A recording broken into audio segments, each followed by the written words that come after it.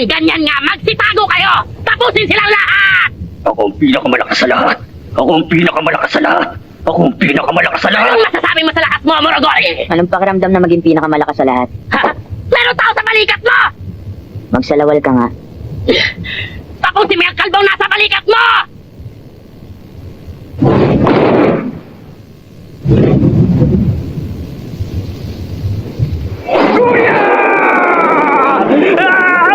Paano nangyari to?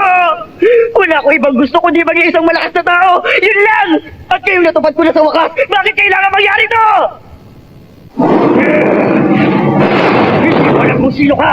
Pero kasalanan mo kung bakit nawala ang kapatid ko!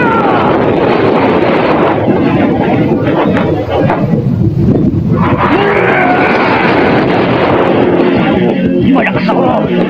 Bakit mo patuhalin mo sa kuya ko?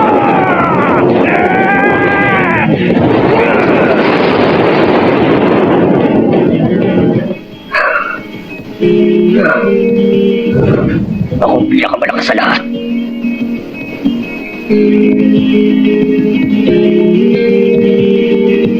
Pero ano naman kung ganun nga, hindi rin ako masaya.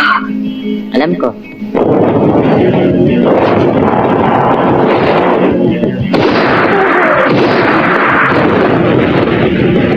Kahit pa magkaroon ka ng kakaibang lakas, hindi yun ang sagot sa lahat. Patay.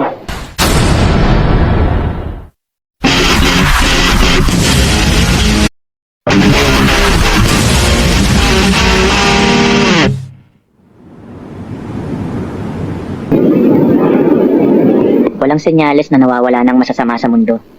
Walang anumang nagbago kahit pasimula ng maging isa akong bayani. Sa madaling salita, masasabi nating walang epekto ang lahat ng ginagawa ko. Sa totoo lang, hindi naman ako nalulungkot dahil doon. Pero nitong mga nakaraan, merong bagay na gumugulo sa akin. Unti-unti na akong nawawala ng emosyon. Takot, tensyon, saya, galit, hindi ko na nararamdaman ngayon. Bilang kapalit ng lakas ko, siguro nawala na nga sa akin ang isang bagay na mahalaga sa pagiging isang tao. Ha? Vroom! Huwag ka na magtago kahit nakita mo na ako. Ako Super Custom Y0694Z MK2! Mahilig ako sa mga kotse at iba't Dati naman marami pa akong emosyong nararamdaman habang lumalaban ako. wala ako sa mga taong Takot, pagkataranta, galit. Kaya kung iniisip mong pigilan ako, Pero ngayon, Pinoy, dahil lalagyan ko ng malaking ilong yung ulo mong walang buhok at ikaw ah! Pero ngayon, isang suntok ko lang tanggal agad ang emosyong yan. Itlog na lang ang uulamin ko ngayong gabi. Sa bawat araw na lumilipas, umuwi ako ng walang anumang galo sa katawan ko. Kahit pa lumalaban ako sa mga halimaw, ramdam kong wala naman talaga ron ang puso ko. Para bang isang libangan na lang sa akin ang pagiging bayani. Sa madaling salita, gagawin ko yun hanggat nalilibang pa rin ako kahit papano.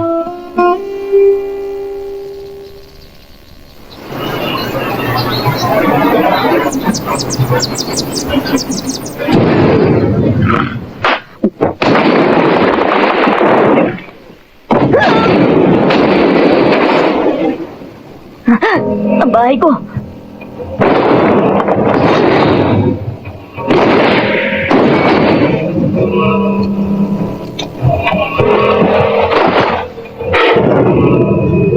Malakas siya.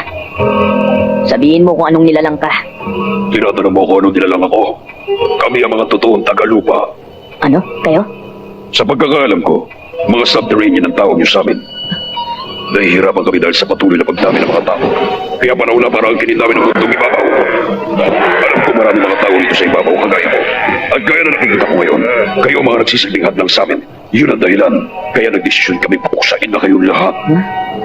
Mula na magsimula ang pagsalakay namin, 70% na ng populasyon sa ibabaw na ubos.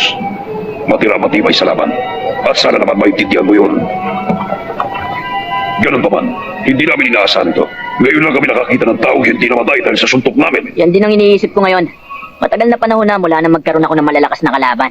Subterranean? Mga tagalupa kami!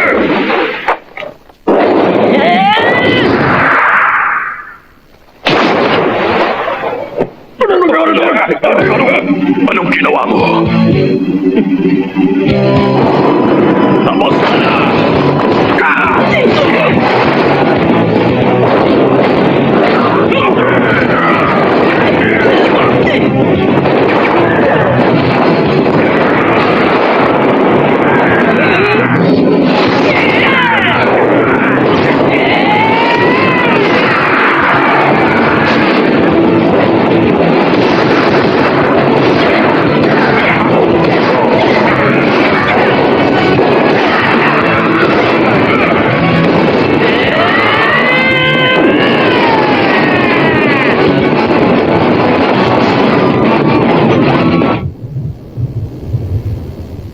Tapos na. Ano bang klaseng tao yun? Kakaiba ang lakas niya. Ako ba? Ha? Isa lang akong bayaning nandito para maglibang. Hindi niyo ako matatalo ah. At ang mundong ibabaw ay protektado ko!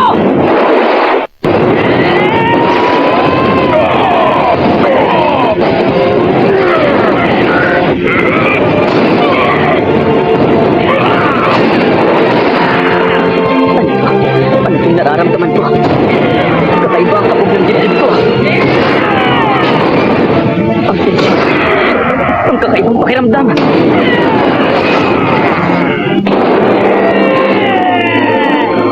Ngayon ko lang ulit ito naranasan. Ito ang sayang dulot ng isang tunay na laban!